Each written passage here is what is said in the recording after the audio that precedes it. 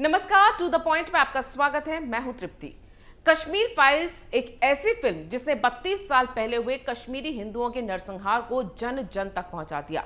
हिंदुओं के जिस जेनोसाइड को 32 सालों से दबाया गया था, उसे पूरी दुनिया के सामने कड़वी सच्चाई की तरह हूबहू परोस दिया। बिना किसी मेन स्ट्रीम मीडिया के प्रमोशन के, सिर्फ सोशल मीडिया के सहारे इस फिल्म ने लोगों की जन चेतना को जगा दिया। एक लंबी बहस को शुरू कर दिया कि किसकी पार्टी दोषी, किसकी सरकार दोषी। कश्मीरियों के साथ जो हुआ है वो आज सब जान रहे हैं, समझ रहे हैं, ये ज्यादा जरूरी है। और उन्हें अब तक न्याय ना मिलने पर जो गुस्सा लोगों में देखा गया है और अब तक उनके लिए आवाज ना उठाए जाने को लेकर जो पछतावा लोगों को दिख रहा है, वो ज्यादा जरूरी है। लेकिन फिल्म का असर क्या हुआ है? फिल्म का असर यह है कि सिर्फ देश में ही नहीं बल्कि दुनिया भर में अब कश्मीरी पंडितों के दर्द पर सिर्फ दया नहीं दिखाई जा रही, बल्कि उनके लिए इंसाफ की आवाज भी उठने लगी है। अमेरिका के एक राज्य रॉड आयरलैंड ने 32 सालों बाद आधिकारिक तौर पर यह माना है कि कश्मीर में कश्मीरी पंडितों का नरसंहार यानी जेनोसाइड हुआ था। पहली बार किसी देश ने कश्मीरी पंडितों के इस नरसंहार को आधिकारिक रूप से स्वीकार किया है। इस जानकारी को उन्होंने अपने ऑफिशियल सोशल मीडिया हैंडल पर भी शेयर किया है। देश भर में कश्मीरी पंडितों के हत्यारों को सजा दिलाने की आवाजें उठने लगी हैं। ये आवाजें इसलिए उठ रही हैं क्योंकि कश्मीरी पंडितों को सरेआम मारकर उनका जेनोसाइड करने वाले कुख्यात आतंकी आज भी जिंदा हैं।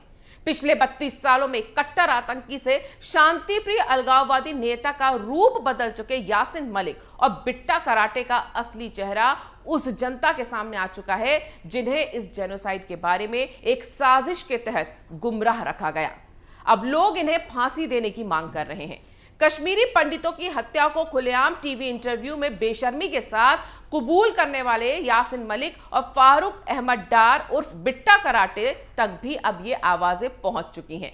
देश के लोगों में उनके लिए किस हद तक नफरत और उन्हें सजा दिलाने का जज्बा जागा है, ये भी उन्हें पता चल चुका है। ये दोनों तिहाड़ में बंद हैं, लेकिन कश्मीरी पंडितों की हत्या के मामले में नहीं बल्कि दूसरे मामलों में, और किन मामलों में बंद है उस पर भी बात करेंगे।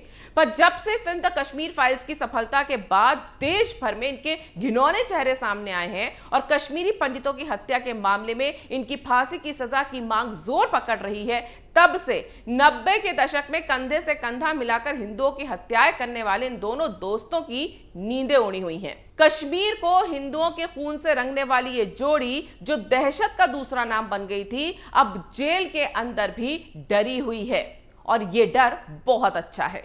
तिहाड़ प्रशासन भी इनकी चौकसी को लेकर चौकन्ना हो गया है। पिछले 32 सालों में इन हत्यारों ने आतंकवादी होते हुए भी अपने कुकर्मों पर पर्दा डालकर खुद को जेंटलमैन दिखाने का जो ताना बाना बुना था, जिसमें सत्ताधारियों से लेकर वामपंथी और जिहादियों ने इनकी मदद की थी, वो अब टूटता नजर आ रहा है। जब कश्मीरी पंडित अपनों के नरसंहार के बाद पलायन करके दर दर की ठोकरें खा रहे थे, तब जम्मू कश्मीर लिबरेशन फ्रंट का चीफ यासिन मलिक सेक्युलर और अलगाववादी नेता बनकर अपने कुकर्मों को जस्टिफाई कर रहा था। बिट्टा कराटे जैसे घिनौने और खूंखार आतंकवादी को सबूतों के अभाव में अदालत ने छोड़ दिया और वो भी नेता बन गया। पहले बिट्टा कराटे के पाप जान लीजिए। इसका नाम तो फारूक अहमद डार है, लेकिन कराटे में ब्लैक बेल्ट था तो लोग इसे बिट्टा कराटे कहते थे। 1990 के कश्मीरी पंडितों के नरसंहार से 2 साल पहले 1988 में ये जम्मू कश्मीर लिबरेशन फ्रंट के आतंकी के तौर पर पाकिस्तान के कब्जे वाले कश्मीर यानी पीओके जाता है और 1990 में आतंकी ट्रेनिंग लेकर वापस भारत वाले कश्मीर में आता है। वापस आने के बाद एक कश्मीरी पंडित सतीश टिक्कू को उसी के घर के सामने गोली मारकर मौत के घाट उतार देता है, जो इसने खुद अपने एक इंटरव्यू में बताया था। लेकिन इसने यह नहीं बताया कि जिस सतीश टिक्कू को उसने मारा था वो उसका बचपन का दोस्त था, और जब उसे इसने मारा था उसके थोड़ी देर पहले ही सतीश अपने दोस्त बिट्टा कराटे से मिलकर ही लौटा था। उसने बिट्टा कराटे के घर में हथियार देखे थे, जिसे बिट्टा कराटे ने नकली बताकर सतीश को बहला दिया था। सतीश के लौटते ही बिट्टा कराटे ने अपने पाकिस्तानी आकाओं को बताया कि मेरा दोस्त आया था और वो हथियार देखकर गया है, और उधर से हुक्म आया कि उसे मार दो। बिट्टा कराटे उठा और अपने बचपन के दोस्त के घर जाकर उसे बाहर बुलाता है। दोस्त को देखकर सतीश टिक्कू बाहर आता है और बिट्टा कराटे उसे गोलियों से भून देता है। इंटरव्यू में यह कहता है कि वो आरएसएस से जुड़ा था इसलिए मारा। 20 हिंदुओं की हत्याओं को तो इसने खुद अपने इंटरव्यू में कबूल किया था। कहा जाता है कि 1990 के दौर में बिट्टा कराटे अपने हथियार के साथ खुले आम कश्मीर की सड़कों पर घूमता था और उसे जो भी कश्मीरी पंडित दिखता उसे अपनी पिस्तौल से मौत के घाट उतार देता। यही नहीं बल्कि बिट्टा कराटे भारतीय सेना पर AK-47 से भी हमला करता था। 22 जून 1990 को बीएसएफ ने बिट्टा कराटे और उसके साथियों को पब्लिक सेफ्टी एक्ट यानी पीएसए के तहत गिरफ्तार कर लिया। गिरफ्तारी के समय बिट्टा कराटे के खिलाफ आतंकवाद से जुड़े 19 मुकदमे चल रहे थे। कराटे को 16 साल तक जेल में रखा गया और 23 अक्टूबर 2006 में उसे अनिश्चितकालीन बेल पर रिहा कर दिया गया। अब सुनिए कि रिहाई के समय विशेष टाडा कोर्ट के जज ND वानी ने क्या टिप्पणी दी थी। उन्होंने कहा था कि अदालत इस बात से अवगत है कि कराटे के खिलाफ लगाए गए सभी आरोप गंभीर प्रवृत्ति के हैं और फांसी या उम्र कैद के लायक हैं, लेकिन वास्तविकता यह है कि अभियोजन पक्ष यानी सरकारी पक्ष ने इस मामले में बिल्कुल भी रुचि नहीं दिखाई। ये थी बिट्टा कराटे की दहशत कि कोर्ट तक ने माना कि सरकारी वकील ने ईमानदारी से उसे सजा दिलवाने की कोशिश कभी की ही नहीं और इसीलिए वो बेल पर छूट गया। कराटे को 1 लाख रुपए के निजी मुचलके पर रिहा कर दिया गया और रिहाई से पहले सुप्रीम कोर्ट ने बिट्टा कराटे के खिलाफ पीएसए का मामला भी रद्द कर दिया।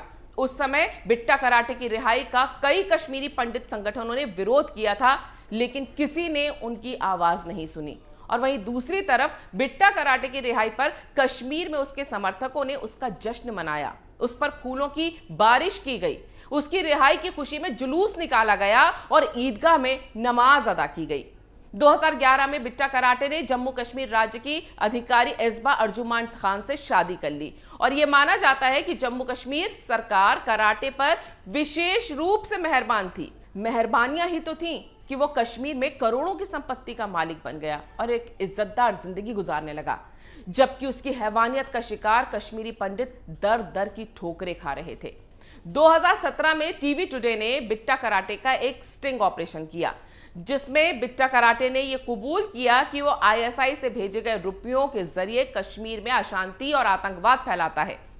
370 हटने के बाद 2019 में कराटे को हवाला, आतंकी गतिविधियों की फंडिंग और भारत सरकार के खिलाफ युद्ध छेड़ने के आरोप में NIA ने गिरफ्तार कर लिया और तब से कराटे जेल में बंद है।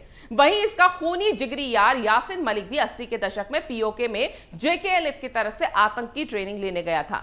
1989 में पूर्व गृह मंत्री मुफ्ती मोहम्मद सईद की बेटी रबिया सईद को JKLF के जिन आतंकियों ने अगवा किया था, उनमें से यासिन मलिक भी एक आरोपी है, उसका नाम भी इसमें था। आपको याद दिला दूं कि रबिया सईद की रिहाई के बदले भारत सरकार ने JKLF के 5 आतंकियों को रिहा किया था। 1990 में यासिन मलिक ने भी घाटी में कश्मीरी हिंदुओं को चुन चुन कर मारा। यासिन मलिक ने खुद एक टीवी इंटरव्यू में यह कबूल किया था कि उसने जज नीलकंठ गंजू को मौत के घाट उतारा था, क्योंकि वो JKLF के नेता को सजाए मौत सुनाने वाले थे। और सुनिए, यासिन मलिक पर अपने JKLF के आतंकियों के साथ मिलकर निहत्थे भारतीय वायुसेना के जवानों की हत्या करने के भी आरोप हैं और इसका सीन आपको फिल्म कश्मीर फाइल्स में भी देखने को मिलेगा। कश्मीर से हिंदुओं का सफाया करने के बाद 1995 में इसने अपनी इमेज मेकिंग शुरू कर दी, खुद को शांति प्रिय अलगाववादी नेता बताने लगा और तब की सरकार और मीडिया ने उसके दामन पर लगे कश्मीरी हिंदुओं के खून को साफ करने में पूरा साथ भी दिया। नीलकंठ गंजू के पोते अनमोल ने तो 2019 में यासिन मलिक को पब्लिकली फांसी देने की मांग की थी। इसके साथ ही उसने यासिन मलिक को कांग्रेस की मनमोहन सरकार से मिले समर्थन पर भी बहुत सवाल उठाए थे, लेकिन उसके सवाल उठाने का कोई फायदा नहीं हुआ। अब आप सोचिए कि क्या गुजरी होगी उन कश्मीरी पंडितों पर जब उन्होंने अपने हत्यारे को देश के प्रधानमंत्री मनमोहन सिंह से मुस्कुराते हुए हाथ मिलाते देखा होगा। सोचिए, कश्मीरी हिंदुओं के इस हत्यारे को इंडिया टुडे ने 2009 में इस बर्बर आतंकी को यूथ आइकॉन बनाकर पेश किया। सोचिए क्या महसूस कर रहे होंगे तब कश्मीरी हिंदू। 2019 में पुलवामा हमले के बाद यासिन मलिक को गिरफ्तार कर लिया गया। 370 हटाने से पहले का ये वो समय था जब मोदी सरकार ने सभी अलगाववादी नेताओं की लगाम कसनी शुरू कर दी थी। फिलहाल टेरर फंडिंग के आरोप में यासिन मलिक तिहाड़ जेल में है और कमाल की बात तो यह है कि बिट्टा कराटे और यासिन मलिक जो खुद को कश्मीरी हिंदुओं का हत्यारा बता चुके हैं, जिनकी हैवानियत के कई गवाह आज भी जिंदा हैं, उन पर उन्हीं कश्मीरी हिंदुओं की हत्या का मुकदमा ही नहीं चल रहा। 2017 में कश्मीरी पंडितों के इंसाफ के लिए लड़ रही संस्था रूट्स ऑफ कश्मीर को सुप्रीम कोर्ट ने यह कहकर अपने दरवाजे बंद कर दिए थे कि यह तो 27 साल पुराना मामला है, इसके सबूत भी नहीं मिलेंगे। उसी जेनोसाइड के तथ्यों को विवेक अग्निहोत्री जैसा एक डायरेक्टर ढूंढ लेता है, लेकिन अदालत की नजरों में तो यह केस ही बंद है। तथ्यों को जनता ने देखा और फिर माना भी।